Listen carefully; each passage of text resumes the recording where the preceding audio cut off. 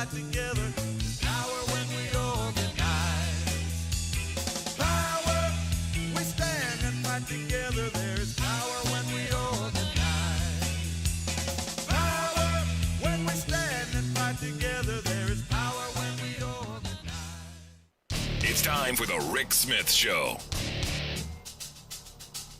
Now, here is the voice of the working class, Rick Smith.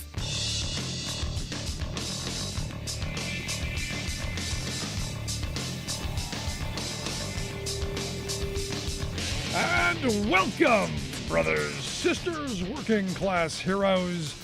This is the Rick Smith Show. Thanks so much for being here today on the big program. Lots to get to, lots to talk about. What a day yesterday was. Hurricane Ida, what was left of it, made its way through here. Heavy, heavy downpour. In fact, the kids were talking about going and filling up the inflatable rafts and going down the street with the huge amount of water that was flowing like a river down the hill. And, you know, it was so bad that this is the weirdest thing. The school district actually canceled school yesterday in advance out of fear of rain, and a 2-hour delay today out of fear of flooding. And look, the creek where we live by, really high. And it's one of those things where, you know, I'm grateful to live in an elevated spot, you know, on the good land. I feel sorry for the people who were down where it was flooded and in all of the places that were flooded.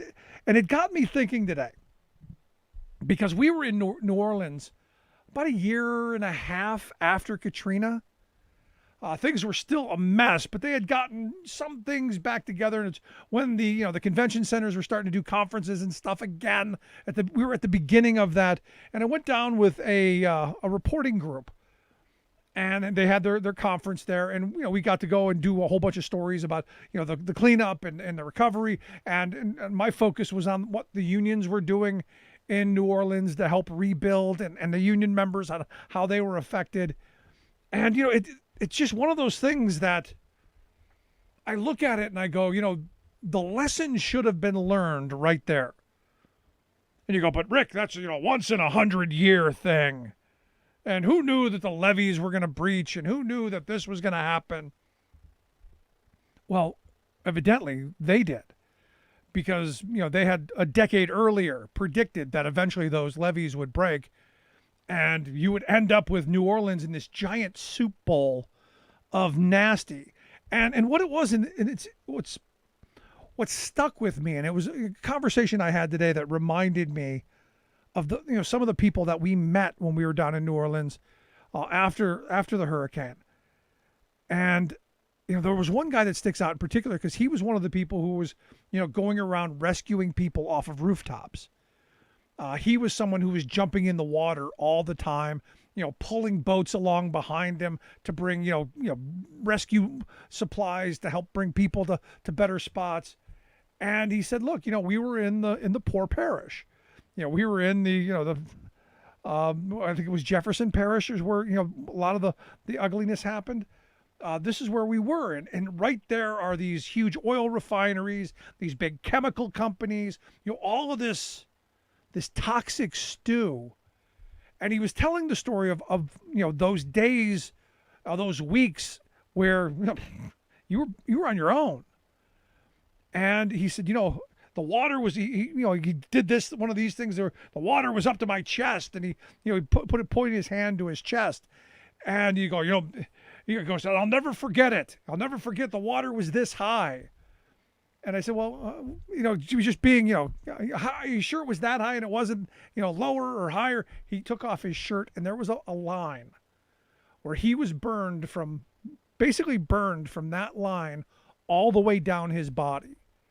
Looked like he was scarred for the entire bottom, 80% of his body, because of the chemicals and the stuff that was in the water, this toxic stew that just stayed there because they didn't have the ability to pump it out. And, I remember back then going, I hope we learned the lesson. And now, fortunately, the levees held Fortunately, they didn't have it. We haven't had another Katrina type event. But understand, our storms are getting worse. Our infrastructure is getting older, more outdated. And, I was watching a clip on Fox News, and there was a moment where the guy who was the host, said, we're going to pull away from this press conference that they were having on the hurricane because it's getting political, he said. They're making this political with their so-called climate change. And I'm going, dude, the once every 100-year heat wave is now once every decade. The 100-year storm and flood is now happening every 10, 15 years. And it's going to get worse. These storms are going to get much worse, much bigger, much more aggressive. Have you seen the videos coming out of New York City of the subways that are literally, it looks like Niagara Falls in the subways as water is just pouring down the subways? Because we don't have the infrastructure to deal with that kind of a situation. But we better figure it out. We better start investing in how to make sure that our citizens are cared for and our infrastructure doesn't continue to fail us. In Mississippi, they had that, what was it, like a 60-foot round giant sinkhole open up and swallow, what was it, 7, 8 cars, 10 cars and a motorcycle, I think it was. A couple people got killed. I've been saying for a while, maybe we need to go, since everybody's on their phone all the time, somebody needs to develop an app to say, hey, you're on a road that was, built in, during the Great Depression. The WPA built this road. The CCC built this road. This bridge is, 20 years outdated. Call home. Say goodbye to mom. You might not make it down the road. And we've got people who are going, well, we really need to not spend all that money on, infrastructure and stuff. It's crazy. Absolutely crazy. And it just kind of blew my mind to hear this Fox guy go, well, we're going to pull away from this because they're getting political, talking about that climate change. And you go, how at this point can you deny it? How is it possible at this moment in history you can deny it? And look, the weather's going to get more extreme. We know that as the planet gets warmer. I'm no meteorologist, but I've talked to a few. It is a recipe for disaster. And here we are. And all we get, and this is the thing that bothers me, all we get from the Fox News is, and the right-wing propaganda machine is, it's all a hoax. It doesn't exist. It's not real. They're just making it political. Democrats better get their behinds moving because there's a lot of misinformation. The right-wing disinformation machine is working overtime. I mean, you look at what they've done with Afghanistan. First it was, they hate dogs. They left the dogs behind. Not one U.S. military dog was left behind. Not one. They left $83 billion of weapons and piles of cash for the Taliban to grab up. Trump and all his buddies and, the dumb Trumps, all those social media accounts, they're all lying. And there's no accountability for it. Because we didn't leave $83 billion worth of weapons behind. But again, the big lie. Lots of the big lie. We lost the war. Joe Biden lost the war because he pulled out. The old George Carlin joke. I say we keep it in there and get the job done. Dumbest thing ever.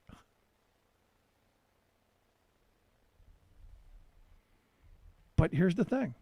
The right-wing misinformation machine, their tactic is to continue to keep people enraged, hyper raged, 24/7, 365, hyper raged, foaming at the mouth, rabid, because it's what they do.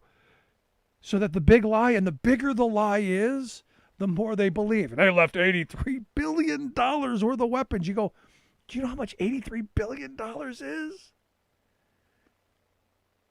And what the cameras pan to when they show what we left behind were a bunch of broken down things that we destroyed before we left. Because we didn't have room on the planes to get them out. Because, hey, we had to get people out. We had to get the U.S. service dogs out. You're going to take the Black Hawk helicopter? You're going to take the tank? You're going to take all that stuff and shove it? No. You're going women and children first. Get the dogs and the soldiers out. Get the people out. Get them out. And they did an incredible job. But the right-wing lie machine, and again, the bigger the lie, the more their minions eat it up. The more outrage candy they get.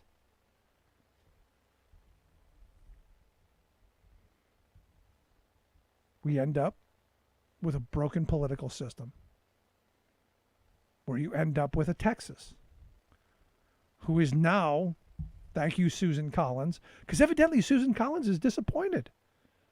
Susan Collins, who voted for all of the Supreme Court justices who have said, no, we don't care about women and their rights. She's now disappointed. Disappointed. Just disappointed. As she was disappointed about a couple of other things in the past where she's been wrong. And you know what's disappointing to me? That Maine didn't throw her out on her ear. Maine, you had the chance.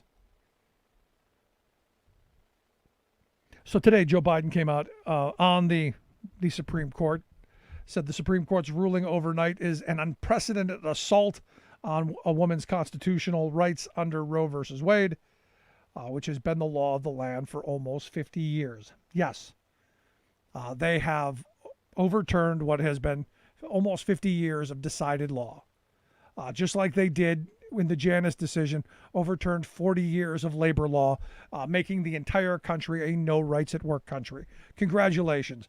And this is where Democrats, you better wake up, because all the stuff you ran on in 2020, protecting the right to vote, protecting a woman's right to choose, rebuilding the economy by strengthening unions and getting people's jobs, taking care of the virus, which you're doing the best you can on, and protecting workers' rights. You can't rerun on those in 2020. You have to accomplish them now. And it starts with this most recent court decision that has seriously set women back 100 years. Jerry Nadler, Judiciary Committee Chairman, said because the court has now shown regressive state legislatures how to game the system, the House Judiciary Committee will hold hearings to shine a light on the Supreme Court's dangerous and cowardly use of a shadow docket. Look, we knew that's what was going to happen all along. It's what they've done. There's no surprise here. Jen Psaki, press secretary, asked a male reporter, said, I know you've never faced those choices, nor have you ever been pregnant, but for women out there who have faced those choices, this is an incredibly difficult thing. The president believes that right should be respected, but these guys don't. I mean, that's the weird part of all this. And I saw a video today of this crazy right-wing group that's basically a hotline for you to turn in your neighbor, for you to spy on your neighbor. And good on the people, seriously, good on the people of Texas and around the country for spamming the heck out of that number, basically shutting their site down and reporting everybody and anybody, because this is a joke. It's an absolute joke that a state is saying, hey, citizens, if you spy on each other and you bring us credible information and we put a woman in jail for having an abortion, and all the people who helped her, the cab driver who took her, the mother who gave her money, the boyfriend who, picked her up, the doctor who did it, the nurse who signed her in, if you turn them all in and give us all the details, all the gory, seeded details, so they can be alone at night by themselves with a box of Kleenex, we'll give you $10,000. We'll give you 10 grand. So we can turn citizens against one another. And look, everyone's going, well, where'd that come from? Why'd they do that? Huh? Who decided that? I know who did it. This was the boyfriend, the husband, the father. This was the person who's going to punish that woman for how dare she. This was about punishment. And this is about making sure that everybody looks down on this person and sees them as a profit motive. Now they say, oh, we're going to respect their privacy rights. What privacy rights are you talking about? How do you do that? Also weird. I happened to be looking up stories today, and I found a couple years ago that the state of Missouri, evidently checking on Planned Parenthood, was actually following women's cycles. You got the state looking over women's shoulder. Evidently, these apps that you get, I didn't even know there were, but there are apps where you can follow whatever the monthly cycle thing is. They're following that. This is the kind of stuff that somebody's going to be tracking. They hack into your cell phone. They know this information. And, if it doesn't come, we're turning you in. And the lawyers have got to be just thrilled. The amount of court cases for defending and prosecuting. Wow. Lawyer's wet dream. Now you got Kamala Harris saying that the decision is not the last word on Roe versus Wade. Will not stand by and allow our nation to go back to the days of backroom abortions. We'll use every lever of our administration to defend the right to a safe and legal abortion, blah, blah, blah, blah, blah. Nancy Pelosi blahs on too. We're going to codify it into law. Merrick Garland said the Justice Department's deeply concerned. Do something about it. Don't talk about it. Do it. And pull Joe Manchin and Kristen Sinema in and say, look, we'll sacrifice you. At some point, you've got to save your soul. At some point, you've got to stand and fight.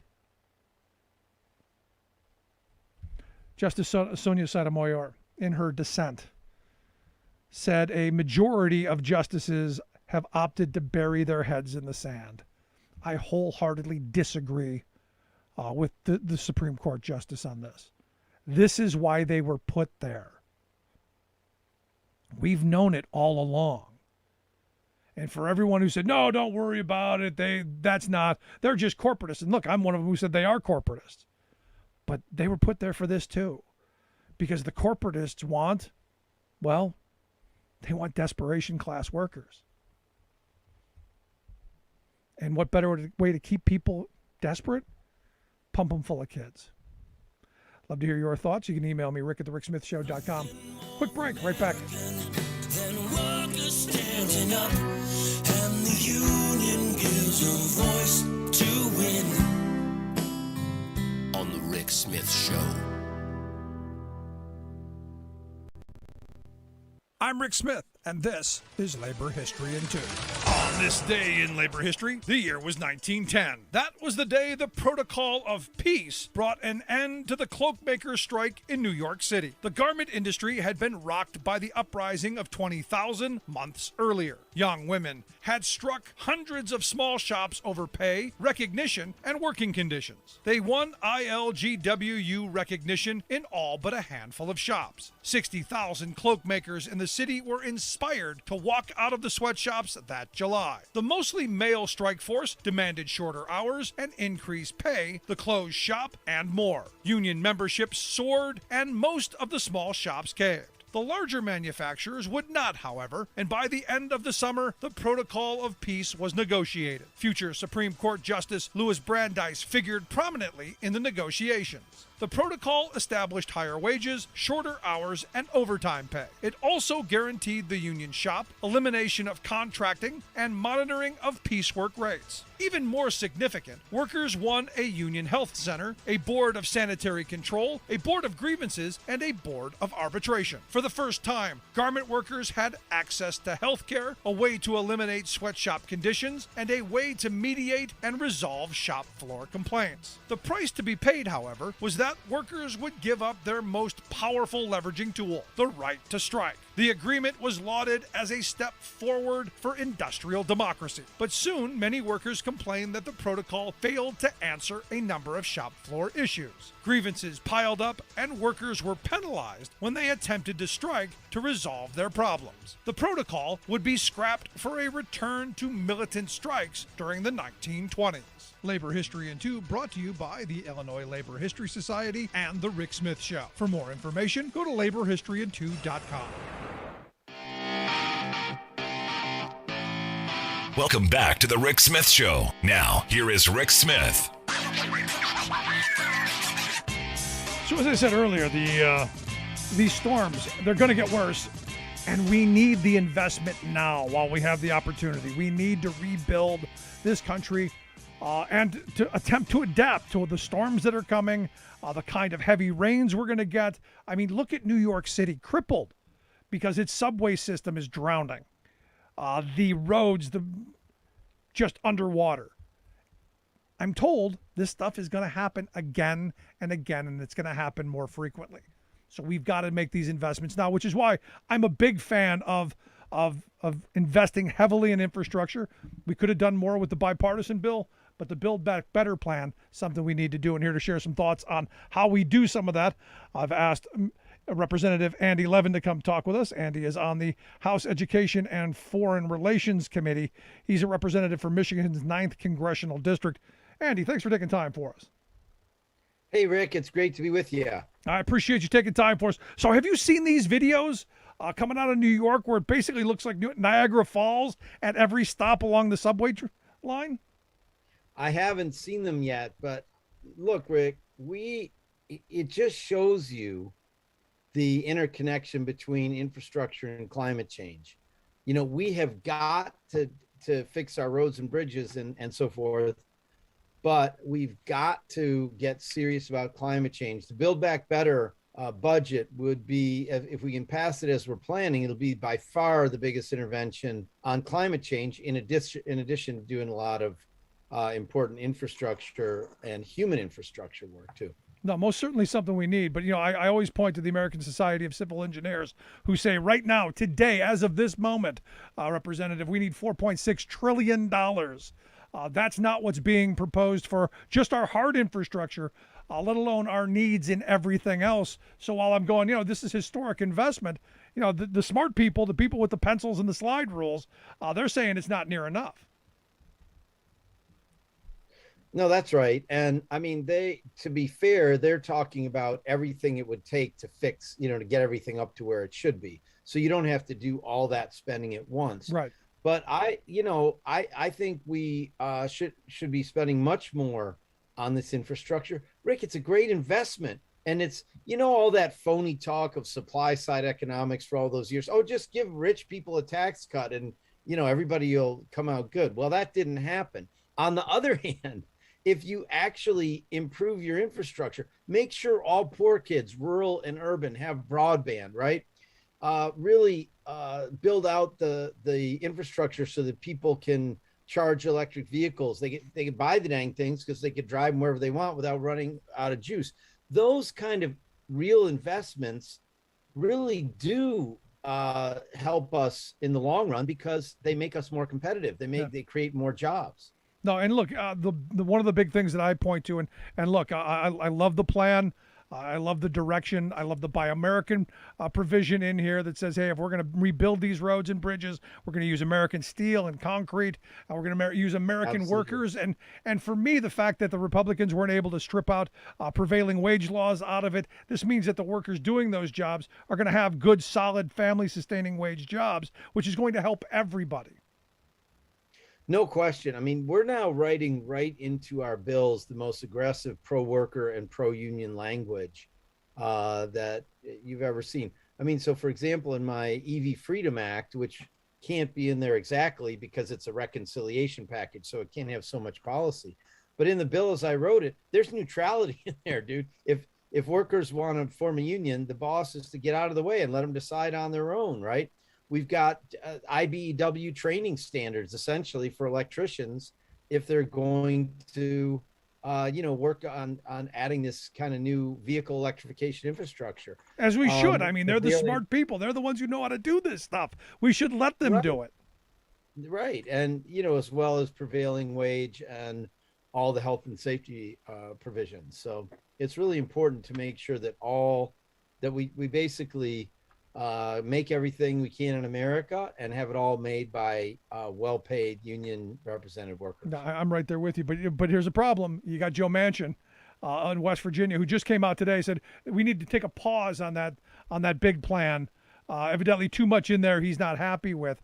So how do we get that moved through? Because look, everybody I talk to, when you start talking about nuts and bolts, getting kids college education, helping grandma get a new set of chompers and maybe a hearing aid, doing the human infrastructure stuff that does like long-term care for people, all the stuff that we've needed for decades, everyone's for it. How do we get Joe Manchin and the rest of the party on board? Well, you're right. I mean, of course, the problem is that we have the narrowest possible majority in the Senate. We need every single Democrat to vote for this because let's remember, not one Republican will, not one. And it's almost the same in the House, though, Rick. I mean, where our majority is like 3 or 4, depending on the moment. So we are going to have to pass something that can get every single vote. And I don't know why some of these really conservative Democrats don't want to do super popular stuff that creates great jobs and makes America more competitive. But we're going to have to convince them, bring them along, package this up in a way that can get everybody's votes. We don't have a way around it. Yeah, especially someone like Manchin, who, a massive investment into West Virginia could turn that state somewhere in a positive direction. But here's the thing, and this is where I think the conventional wisdom is. If the Republicans can roadblock and stall and delay long enough, if we don't get something on infrastructure, if we don't get something on voting rights, it's going to be a long year in 2022 for Democrats. And I hear, the former guy's about to announce he's going to run in 2024 here in a couple of days. So how do you do that? Well, I think that first of all, we have to realize that we did something massive with the American Rescue Plan, and we can't let that get lost in the shuffle. I mean, imagine every poor family, every working class family, middle class, way up into the upper middle class. Every family is getting $250 a month or $300 a month for every kid. $250 if they're 6 or over, $300 a month if they're under 6. My wife and I remember the days when our oldest is 28 now, man. But I remember when we had 3 kids 5 and under in the house. That would be $900 a month. I mean, that's transformative for working class or middle class families. And so we've got to keep that going. We improved, let's not forget, the Affordable Care Act significantly, made it way easier and more affordable for people to get coverage. We've got to keep that going. So I'm hopeful we can pass this full infrastructure and human infrastructure bill to create jobs, cut taxes, and lower costs for people. And we're just going to have to duke it out internally to make sure we get everybody on board. I mean, whatever it takes. Whatever it takes. And ultimately, as I've been saying for a while, we need to figure out how we pay for this stuff. And you do that by taxing the people who have been getting away with not paying taxes for decades. I'm sorry, we have a billionaire class that since the beginning of the pandemic until now saw their wealth go up 62%. Our billionaire class saw an extra $1.8 trillion lining their pockets while people are afraid that they're going to get evicted from their homes. It's time to start passing the hat in that crowd. At least that's my view. I mean, what if we just said, hey, you all were super billionaires before. Why don't we just start with that 1.6 trillion as a pay for? But in all seriousness, we absolutely need to tax people. Billionaires should not be paying virtually no taxes, as we saw was revealed recently for person after person paying no or virtually no taxes. Just outrageous. Secondly, corporations have to pay their share. And I really like what Janet Yellen is doing about trying to make sure get a global compact to make sure all corporations globally pay at least 15% in taxes. but we've got to beef up the IRS too to collect the taxes that people owe. Yeah, agreed. You and I pay our taxes, but if there's not enforcement from the IRS, some of these super rich people, get away with not even paying the taxes that they definitely do owe. So all that needs to happen. Yeah, we got a lot of work ahead of us. Pay for a lot of this with that. I got a cool way to pay for a little tiny bit of it. Hit me. We got to include the penalties from the PRO Act in here, which we plan to do, which will raise some revenue. So it works as for this, like reconciliation, because whatever you put in there has to either, raise revenue or raise the deficit. And we have no meaningful penalties against employers when they violate workers' rights for trying to form a union, for, demonstrating for a good contract, whatever. So if we include these penalties in there, that'll raise a little bit of revenue, but it'll also make it easier for workers to form unions. And that's a benefit in and of itself. So there's some things in there that are really important that will raise a little bit of revenue. And then I think we can raise a lot of revenue by increasing taxes on big corporations and the wealthiest. No, I'm right there with you. But to your point on the fines for people who violate the labor laws. I've been saying for years our labor laws are broken. The pendulum has swung way too far to the side of corporations, and we need something. And if it's just a little bit of a couple of fines, that's a help. But I still think we need major comprehensive overhaul to our labor law. Because employers have figured out how to get around them, all this misclassification, all of this independent contractor nonsense. We're now seeing Uber and Lyft spending another couple $100 million in Massachusetts to do what they did in California. The moneyed interests, I don't know that a couple of fines are really going to hurt the big boys because Amazon spent $200 million to keep workers from organizing in Alabama, in freaking Alabama. Dude, I was there.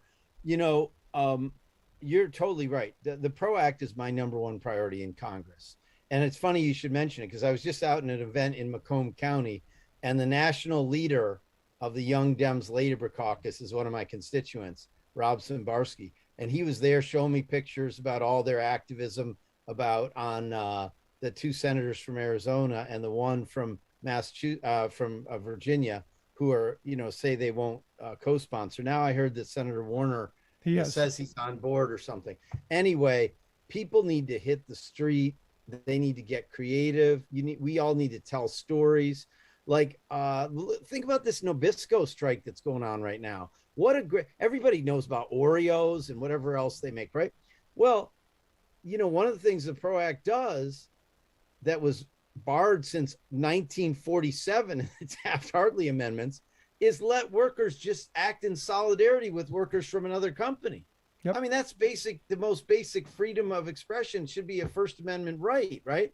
So the Nabisco strike is a great example, right? Because everybody knows about Oreos and all those products that they have.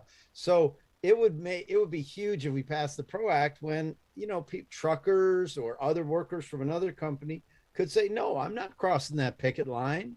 And my job's not going to be at stake either, because I have a right to act in solidarity with workers in another company, because there's such a thing as working people sticking together. I mean, that's what has been lost in this country. And that's why the PRO Act is so important. Yeah, it's one of those things that absolutely I'm in favor of. And, in talking about the Nabisco strike, I love the fact that the train operator refused to deliver the flour because he was not going to, under any circumstances, cross a picket line. We got to go back to that. I mean, at the end of the day, I think we have to go back to, it still comes down to you and me and the working class people in this country saying, we've had enough and we're going to act in solidarity with one another. 100%. And, you're seeing it really hopeful signs all around. If the politicians could just catch up to the people. I mean, look at all the workers in like the tech industry and the like digital media and stuff forming unions. You can't even keep up with all of it, really. Yeah. There are many groups that are forming unions. And we just need like working class service workers to be able to form a union without getting their chops busted. Well, but that, the way the labor law is now, if you're a restaurant chain or a hotel chain or, any big company, Walmart, of course, example number one, right? You can prevent your workers from forming a union through legal and illegal means, and there's basically no consequence to it. And this is why I like mean, the fact that you're talking about fines. Yeah, yeah. Well, I mean, the thing is that they're not a cure-all, but if you put these are serious fines, multiple damages, possibilities for punitive damages, and escalating fines for repeat offenses and stuff. So I think it really would affect company behavior on organizing campaigns. Maybe not in Amazon, but a lot of companies, I think it would. Yeah, I would love to see that go into a nationwide strike fund, like an unemployment benefit for people who are on strike or locked out.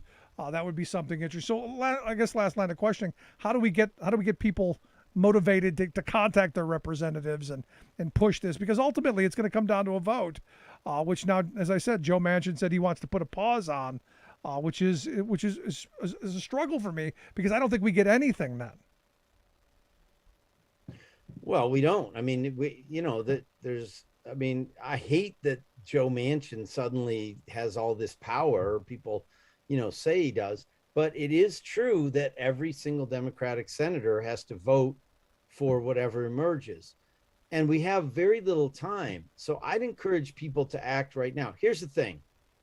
If you want dental and vision and hearing, like hearing aids, to be covered in Medicare, get on your dang phone and call your senator or representative, write a letter, send an email. If you want childcare for, available and pre-K for 3 and 4 year olds so that kids can get a great start and parents can go to work, get on your dang phone. If you want free community college, this is my America's College Promise Act. It's in this bill. So, if we end up having to cut the money, Rick, I figure we'll just not be able to do as much of these things. But this is the most transformative piece of legislation in decades. Because it covers so many things, it's probably the biggest thing, even bigger than anything in the war on poverty, because it covers a lot of things. Imagine if childcare and pre-K workers were treated like teachers and were able to have unions and were made a middle-class wage. So this is. Yep. This would be huge for the working people of this country. No, I've been saying it's kind of like a reset button to undo some of the damage over the last 40 years of supply side voodoo Reaganomics and moving us back to where we had a social compact and we were kind of helping each other out, making college more affordable, college more affordable, healthcare more accessible, and an infrastructure that actually, benefits us. We got a lot to do, and I hope folks will reach out and contact you and others to make sure it gets done. But Representative Levin, I appreciate the time. As always, great talking with you, and please keep up the fight for labor. You got it, Rick. Good to see you again. Take care of yourself. You as well. Thanks so much. Our good friend, Representative Andy Levin. Make sure you check out his website, andylevin.house.gov. We'll get links out on social media, how you can take a look at that. Quick break, right back. Stick around. You're listening to The Rick Smith Show. For working people, come to talk. Remembering that united we bargain, divided we beg. Rick Smith.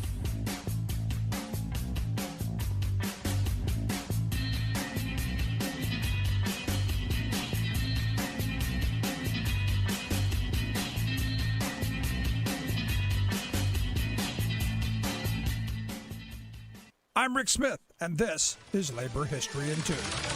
On this day in labor history, the year was 1974. That was the day that President Gerald Ford signed the Employee Retirement Income Security Act. The act was passed over growing concern about the mismanagement of private pension plans in the country. In 1963, the Studebaker Corporation closed its auto plant. Its pension plan was a mess. Nearly 7,000 workers received only 15% of their pension or nothing at all. Across the country, more and more workers were relying on private pensions. In 1960, 21.2 million workers had private pensions. By 1970, the number stood at 30 million. The funds in those pension plans had nearly tripled in that same decade to $138 billion. Ensuring the security of those pensions was essential for millions of workers and the stability of the economy. At the bill signing, President Ford explained, quote, "Dramatic growth in recent years has thrust private pension plans into a central role in determining how older Americans live in their retirement years. Yet, this same growth in pension plans has brought with it a host of new problems. Many workers have ultimately lost their benefits, even after relatively long service, because when they left jobs, they thereby gave up rights to hard-earned pension benefits. Others have sustained hardships because their companies folded with insufficient funds in the pension plan to pay promised pensions. In addition, some pension funds have been invested primarily for the benefit of the companies or plan administrators, not for the workers. It is essential to bring some order and humanity to this welter of different and sometimes inequitable retirement plans within private industry." President Ford signed the bill on Labor Day and outlined minimum standards for private pensions.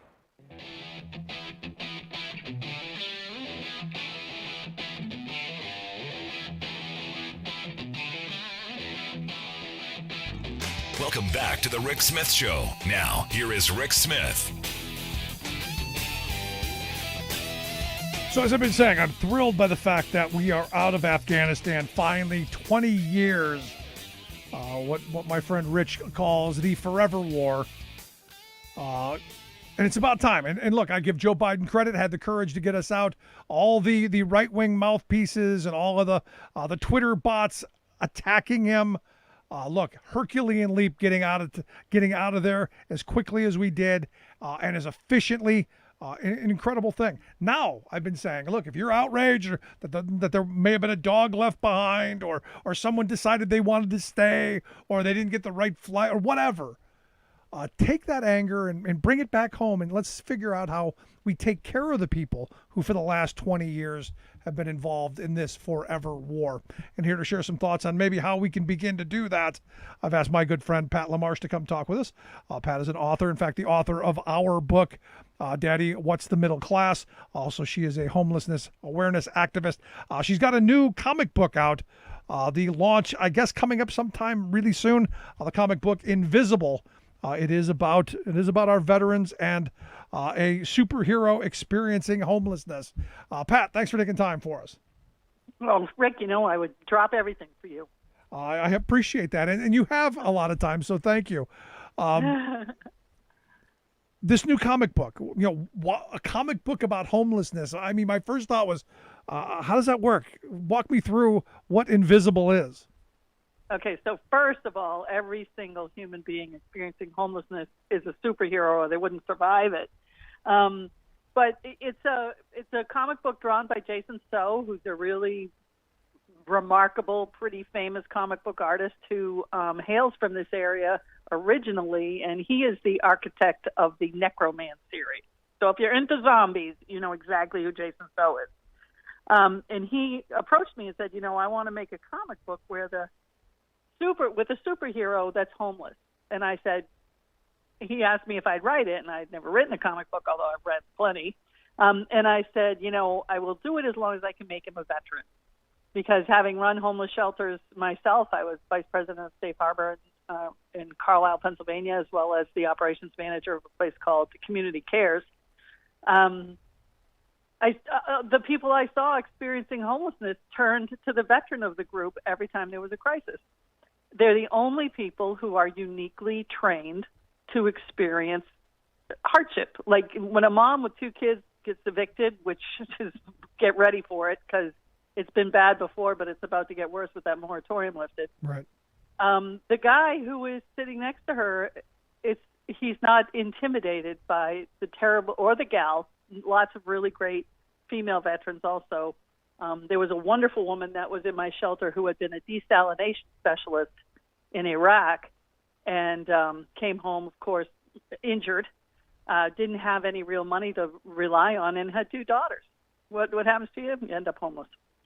So, and I'm thinking, boy, clean water, isn't that a job we could really put somebody to work in the United States with? Yeah, right? really.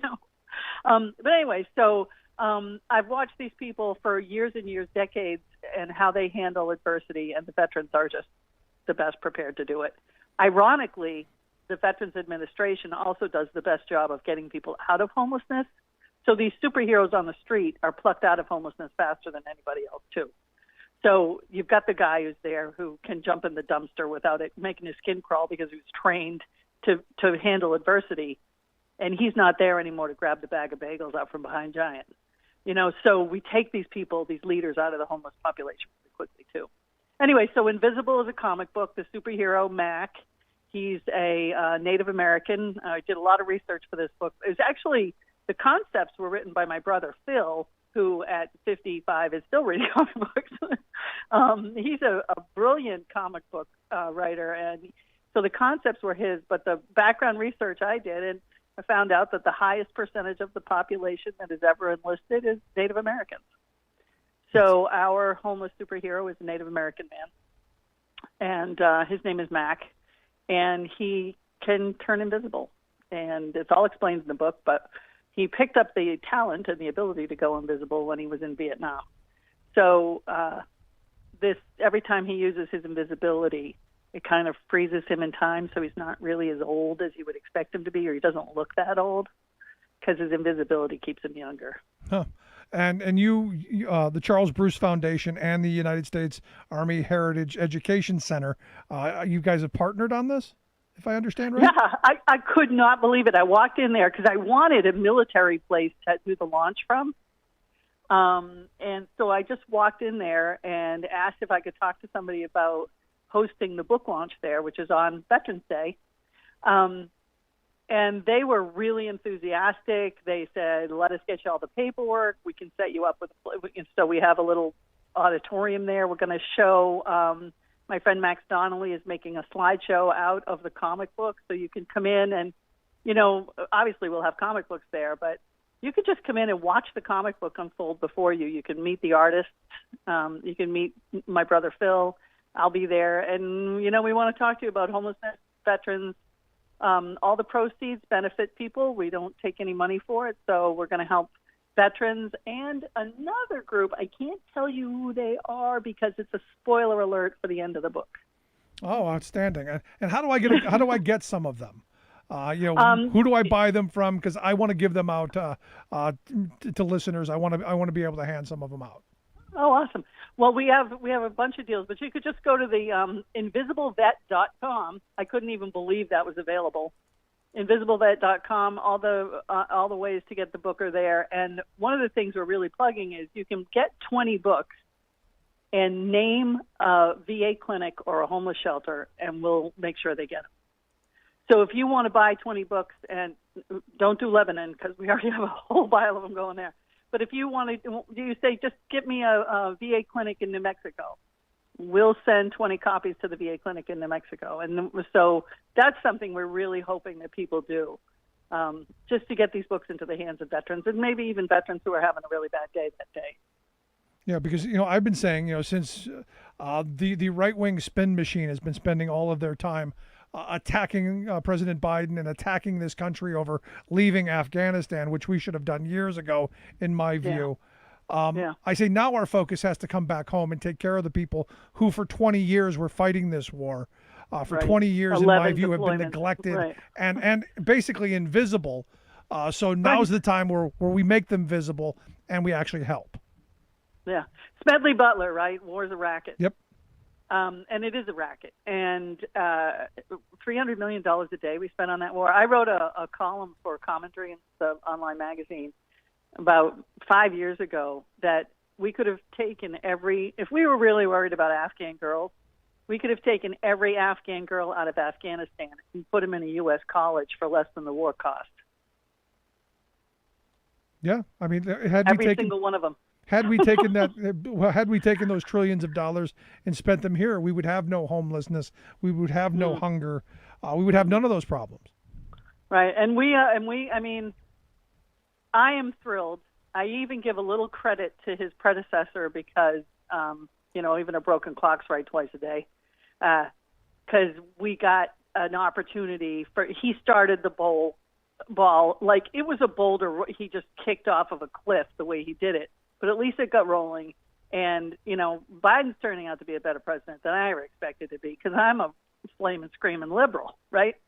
And he's been pretty conservative, plenty. And I really think that he's done what a ship of state to be trying to steer. Yeah. What a mess right now. And constantly with those barking, yipping, you know, bad guys just chomping at his heels all the time. And I'm just really impressed. Yeah, he happened to look at his watch, so that means he hates the troops and all of that. As were the former guy didn't even bother showing up. Well, you know, and the other thing I'm thankful to him for, I saw a coffin. We had this disinformation. There was no draft. Nobody really tasted any pain except the poor people who, out of poverty, enlisted in the military. And those people were redeployed and redeployed and redeployed and redeployed. And people can argue with me about it all they want, but I'm the one who got them in my homeless shelters. So I'm going to have some ammunition. Yeah. And then when they are totally worn down, when we teach them the only way to fix this problem is to break it, and then they come home the type of people who learn to break things, and we're angry at them. And as Biden said in his speech the other day, they're killing themselves 15 or 18 a day. We have so much work to do for our veterans. We have so much we need to invest in them, care about them, love on them, gratitude we need to give them.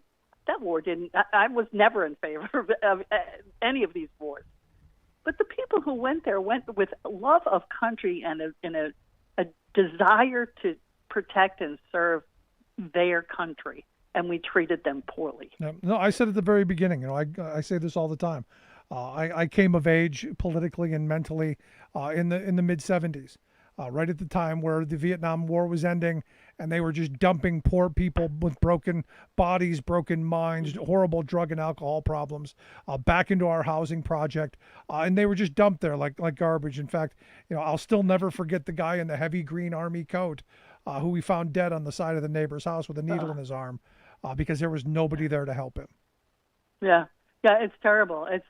And now that's not true of the VA. Now, I mean, Secretary Shinseki under the Obama administration, he promised veterans he'd fix things.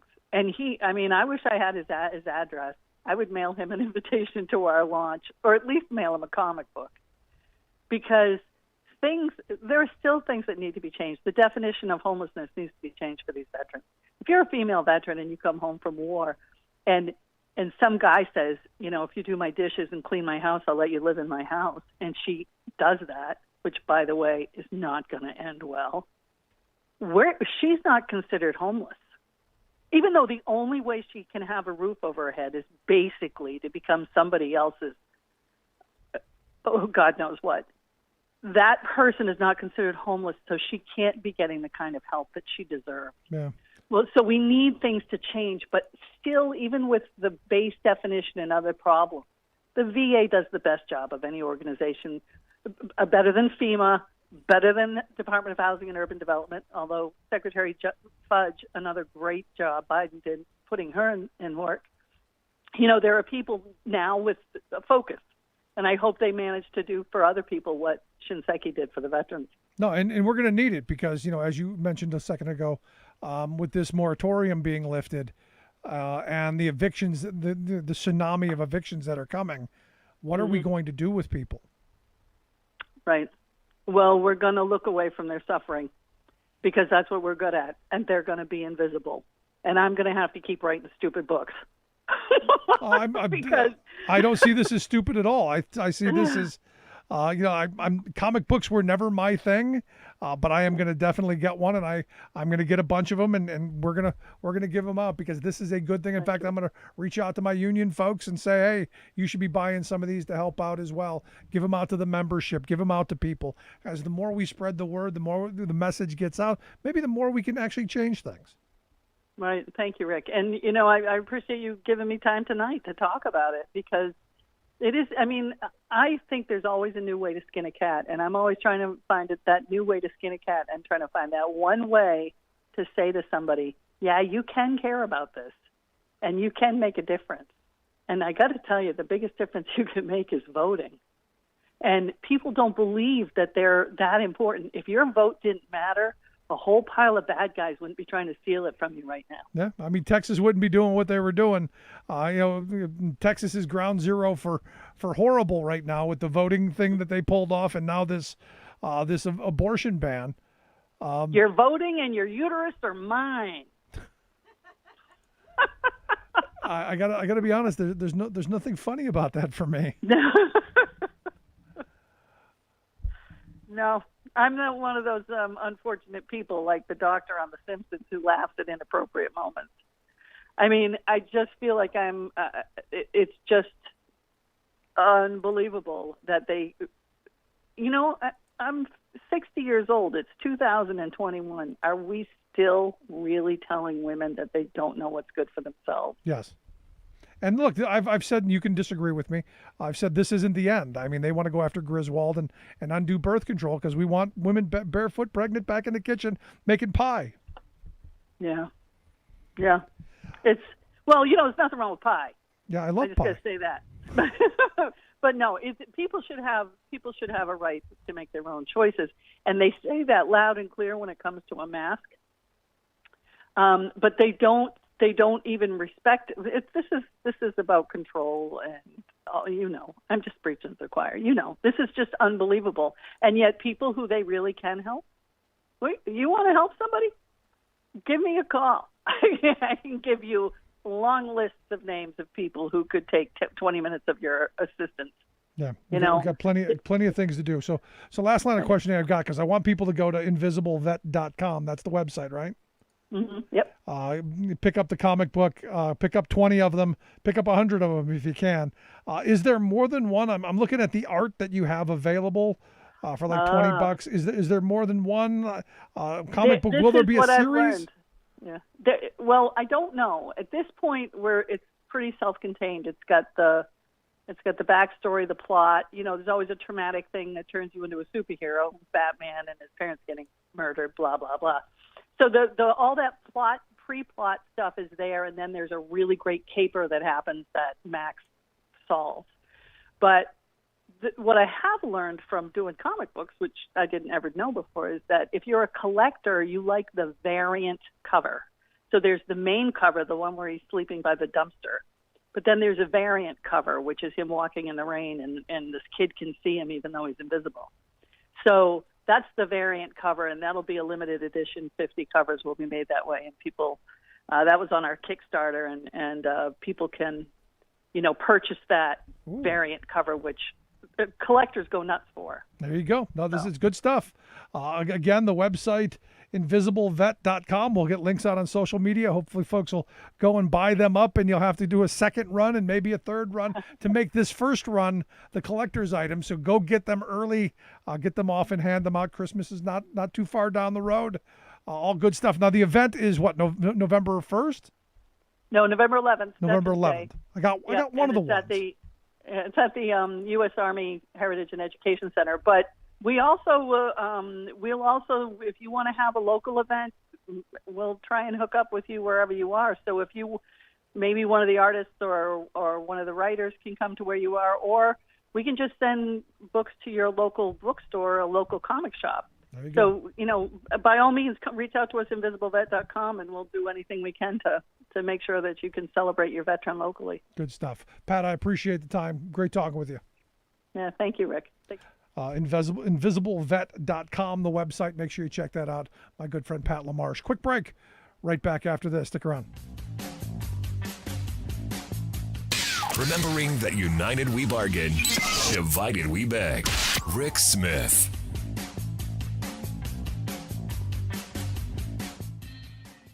I'm Rick Smith, and this is Labor History in 2.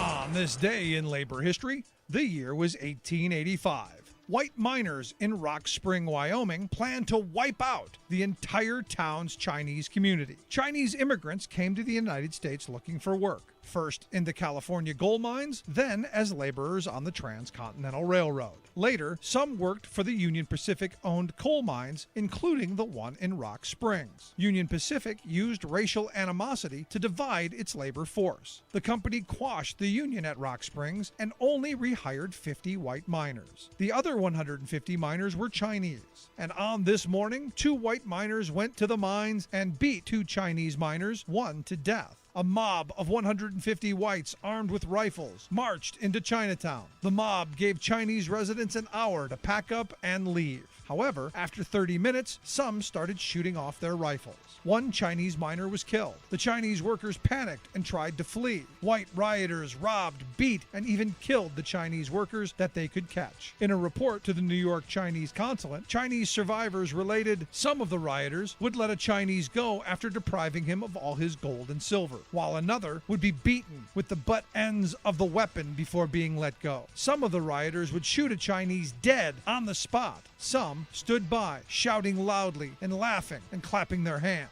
That night, white rioters burned down every building in Chinatown. In all, 28 Chinese workers were killed. President Grover Cleveland sent in federal troops to quell the violence. In the aftermath, the Chinese workers did not want to return to work. Union Pacific did not want to lose its cheap labor force and forced their return to the mines. Labor History in 2 brought to you by the Illinois Labor History Society and The Rick Smith Show. For more information, go to laborhistoryin2.com, like us on Facebook, and follow us on the Twitters at Labor History in 2. As a writer, I get stuck every so often straining for the right words to tell my story. Over the years, though, I've learned when to quit tying myself into mental knots over sentence construction, instead stepping back and rethinking where my story is going. This process is essentially what millions of American working families are going through this year, as record numbers of them are shocking bosses, politicians, and economists by stepping back and declaring, "We quit." Most of the quits are tied to very real abuses that have become ingrained in our workplaces over the past couple of decades. Poverty paychecks, no health care, unpredictable schedules, no child care, understaffing, forced overtime, unsafe jobs, sexist and racist managers, tolerance of aggressively rude customers, and so awful much more. Specific grievances abound, but at the core of each is a deep, inherently destructive executive suite malignancy, disrespect. The corporate system has cheapened employees from valuable human assets worthy of being nurtured and advanced to a bookkeeping expense that must be steadily eliminated. It's not just about paychecks. It's about feeling valued, feeling that the hierarchy gives a damn about the people doing the work. Yet, corporate America is going out of its way to show that it doesn't care. And of course, workers notice. So unionization is booming. Millions who were laid off by the pandemic are refusing to rush back to the same old grind, and now millions who have jobs are quitting. This is much more than an unusual unemployment stat. It's a sea change in people's attitude about work itself and life. This is Jim Hightower saying people are rethinking where their story is going and how they can take it in a better direction. Yes, nearly everyone will eventually return to work, but workers themselves have begun redefining the job and rebalancing it with life. The Hightower Radio Lowdown is made possible by you lowdowners who subscribe to our monthly newsletter, The Hightower Lowdown. You know who you are. Thank you. Welcome back to The Rick Smith Show. Now, here is Rick Smith.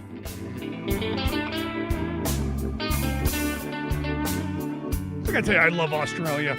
I can't wait to someday go there, just so I can meet some of these people who have no fear. Evidently, an Australian journalist asked Sidney Powell, one of the Trump lawyers, point blank, "Do you ever hear yourself and think it sounds ridiculous?" Which I think is brilliant because, especially Sidney Powell. Have you ever listened to her? Totally off the path. Rudy, the same thing. All of them, all of the Trump acolytes.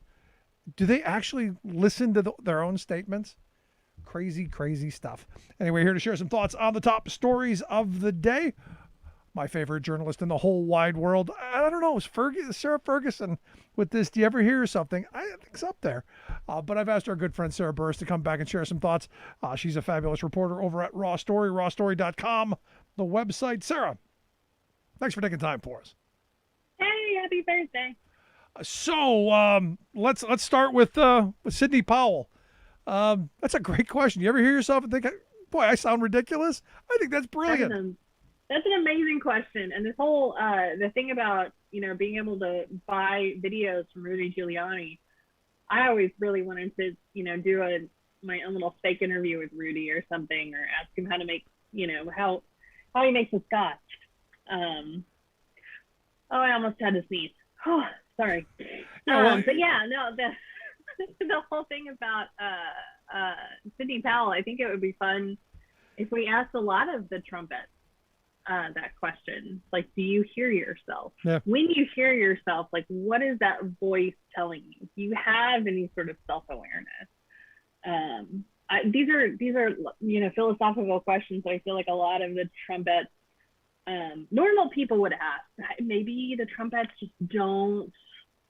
Maybe they don't have that kind of brain. I don't know. Yeah, I mean, it's interesting. But this is who they are. Going to be fun watching some of them go down, especially Sidney Powell, because she's named in one of the $1.3 billion lawsuits along with Rudy and some of the others. I can't wait for more of that stuff to come out. Let's move along. Susan Collins. Evidently, Susan Collins is a little disappointed, a little sad. She's the one who supported most of the Supreme Court justices who decided that, well, we're gonna kill a woman's right to choose. But she's disappointed, Sarah. A little disappointed. I'm surprised she said disappointed and not concerned, because that was her buzzword for a very, very long time, and is how concerned. And there were like levels of concern based off of the Homeland Security Color Code. But I feel like this is one of those things where a lot of us were trying to tell Susan Collins, this guy's anti-choice. It's not that he's pro-life; he's like straight up anti-choice. Yep. He hates women. He doesn't care about what the actual Constitution says. He lied to you. He lied to the Senate. He lied when he was testifying. And we still don't know who paid his debt off. So I feel like there are a lot of questions that I would have for Susan Collins that are a lot more important than the ones I would have for Rudy Giuliani. But I'm disappointed in Susan Collins and concerned as well. But sadly, she already had her election, and the good people of Maine decided that they bought into her crap. So yeah, I'm disappointed in the people of Maine. Yeah, Maine fail. Yeah. I'm also kind of disappointed in Justice Sonia Sotomayor, who in her dissent wrote, quote, "A majority of justices have opted to bury their heads in the sand." I don't see it as they buried their heads in the sand. I see it as they knew why they were there, and they've delivered. This is why they were there. They've given the evangelical crowd exactly what they've wanted. I'm sure this was part of the promise they had to make to Trump. And they got what they wanted. I don't see the head in the sand at all. This is head held up high stuff. So I have two ways of thinking about this. One is, wouldn't it have been great if she just wrote in her dissent WTF? Like we were all just thinking it. Yep. But I wonder if her head in the sand point is that this is not necessarily like they're already going to decide on to get rid of Roe v. Wade using the Mississippi law. Right. So we knew that was coming to begin with. The thing about the Texas law is there's a whole bunch of stuff in that doesn't even begin to make sense and that doesn't comply with existing laws. So we've talked a lot about HIPAA. Marjorie Taylor Greene, it's one of her favorite laws. And so this idea that your healthcare is private, that wasn't just a piece of Roe v. Wade. That HIPAA laws were brought about to ensure that everybody's documents and everything were protected, and that they didn't get all sent out and to anybody who asked for it. So how exactly is this going to work with anti-choice people trying to sue you whenever your medical documents are private? That would be an interesting subpoena, because I think that would violate HIPAA laws, right? The next piece of that is the Fifth Amendment, is looking at your health records and requiring you to testify to your own, to whether or not you had an illegal abortion. Isn't that a violation of the Fifth Amendment? So regardless of Roe v. Wade being a precedent, I feel like this isn't just a head in, maybe that's what she meant by the head in the sand thing, that they are just so blinded by their anti-choice, anti-woman bigotry that, they've just completely nullified all of these other laws that have been passed, instead of just waiting for the Missouri or the Mississippi law to completely screw over women in that respect. No, it's an interesting way of looking at it. But, here's the thing. I believe that the people who want to overturn this and want to return women back to the kitchen barefoot, pregnant, and making pie, and I like pie, I'm not complaining about that. But, what they want is control. So they don't want women to have rights of any of this stuff anyway. So I'm perfectly mentally in line with the control that they're willing to go to be able to control women. And I look at this fining system, this snitch system or bounty hunter thing, because I can see it now. I can see Dog the bounty hunter sniffing out through garbage bags looking for, who knows, when was your menstrual cycle? We're going to start tracking things. I can see this kind of craziness going on. And more importantly, I think, someone said not too long ago, well, I don't know where they devised this. I know exactly where they devised this. This is the boyfriend. This is the husband. This is the father. This is the male figure going, you're going to do what I tell you and you're not going to have a choice. And now I got the state who's saying, if you don't do what I tell you, I'm going to take you to the state and they're going to give me $10,000. Which is interesting, because these are the same men who are going to be forced to pay for whatever baby the woman has. So what surprises me is that there are not more men who demand abortion because they don't want to pay the child support. That was one of the big points whenever Mississippi tried to pass the constitutional amendment a couple of years ago. They ran all of these ads talking about, guess what, boys, you're on the hook for child support if this law passes. And that's as you exactly should what's be going to happen in Texas.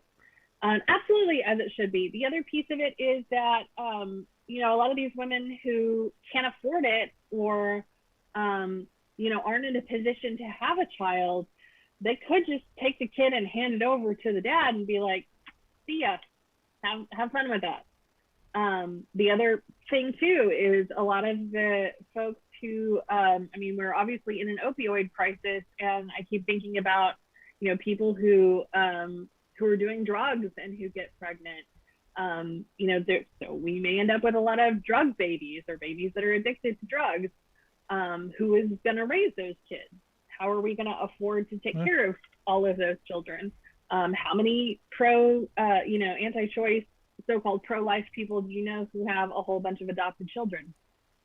They better get ready, because that's the world that they've created. No, I'm right there with you. And I had a listener who emailed me and said, about this, and said, hey, why aren't we making all these charges against, conservatives, all of the politicians and all of the people who supported this law? Why don't the Democrats use Texas to use the abortion law against the Republicans? All they need to do is file lawsuit after lawsuit accusing Republicans of driving or assisting one of their relatives. Every Republican has a wife, daughter, niece, or friend who could be seen as going to the clinic when they were at least 6 weeks pregnant. The proof is then on the Republicans. And I'm going, yeah, that sounds like an idea. In fact, people are actually doing it because the Republican, the anti-choice people set up prolifewhistleblower.com, which got slammed with all of these kind of, Mickey Mouse got pregnant, or, all this insanity, basically shut their website completely down. Bummer. I think that's one of those things where you wonder if there's some hacktivists out there who could work on bringing a website like that down frequently. Yeah. Now I'm not saying they should DNS be. attack. No, I'm not saying they should spam them. I'm not saying spam pro-life whistleblower.com. I'm not saying that. Don't spam. And the thing is, there's nothing in that law that says that that reporting something that you know is false is illegal. Right. So I think that would be a piece of it that could be interesting. I would love for a blue state to test this law a little bit, since the Supreme Court is getting a little snarky, and decide that they are going to mandate vaccines based on this law, and allow people to sue others for not getting the vaccine, particularly if you got COVID from somebody. I think that would end up being the real test there, where the Supreme Court would have to decide, this will apply to abortions, but it's not going to apply to you giving people COVID and killing them. Now you've written a piece called "Texas will ultimately turn into a lynch mob and vigilante justice." And I'm going. This is a literal witch hunt. This is literally a witch hunt. Isn't that Texas already? To be fair, yeah. I mean, because the interesting thing too is, can these women, obviously they can get a gun, and Texas is a stand your ground state. So can you stand your ground for this? I was making jokes last night where I was like, can you stand your ground with a fetus? Because as any woman who's been pregnant knows, the fetus basically steals all the nutrition from your body because that's what it needs to sustain and grow. So, that's a form of theft. Stand your ground against the fetus. So basically, and this is really just bad, have Joe Horn standing outside with the shotgun. So when the kid comes out, is this what you're telling me? He shoots it in the back? Oh, no, just like go straight to the belly with it. Because as I'm reading your article, I'm going, yeah, I see. I remember vigilante Joe Horn. I don't know if you remember him, but he was on the phone with the police, going, there are two black guys crawling out of my neighbor's window, and he goes, they're walking down the street, come get them. And he goes, the heck with it, I'm going to go kill those guys. And he walked out, shot them both in the back on the sidewalk. Was not in any way threatened and in no way was in danger. He just decided he was going to go out and he was going to take it into his own hand, and he got acquitted. And how many people out there would be able to claim, I think my neighbor is getting an abortion. I think she's going to get an abortion. I need to kill her. I need to kill her. Yeah. No, I mean, I said something about the Texas Taliban today, and I had someone jump all over me. Oh, you can't say that. I'm going, the Christian Sharia law right here. This is what we're seeing. This is how it starts.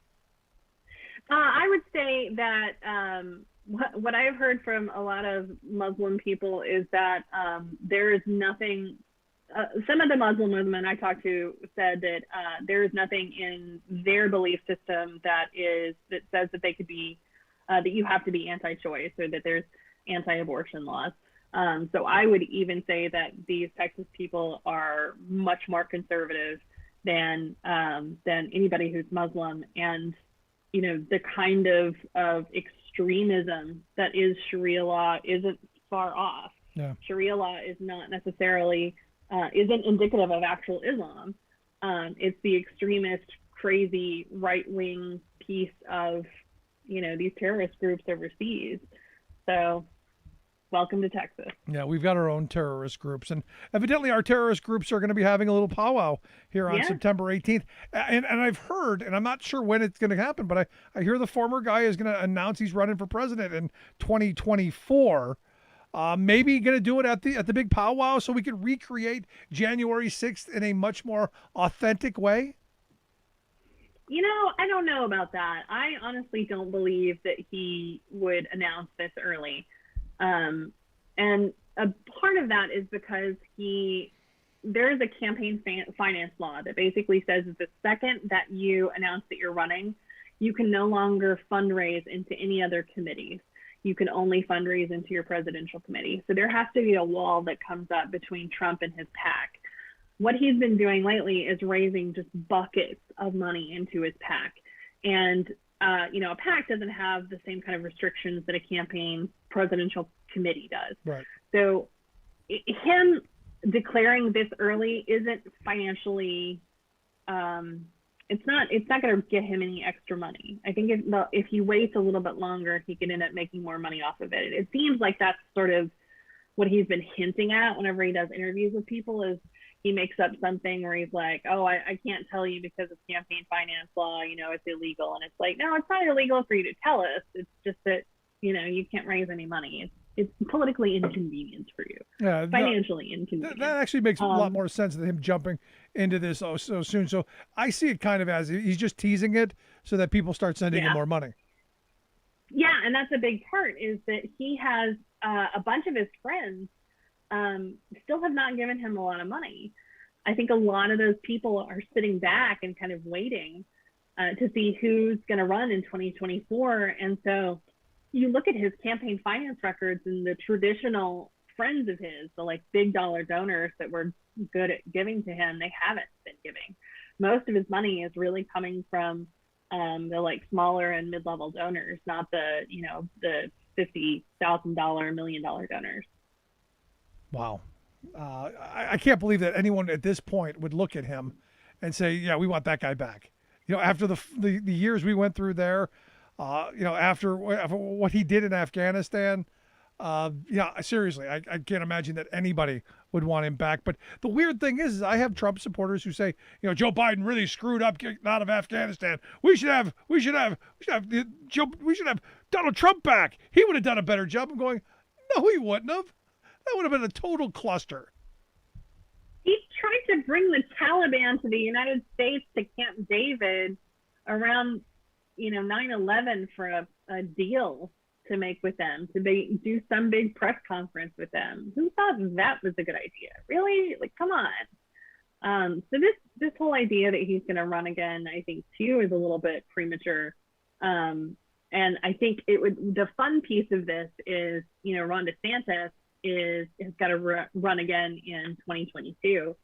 And if he loses, he can't run for president, or if he could, he's just going to be like nobody number one running for president. So he has to win in 2022 if he wants to run for president.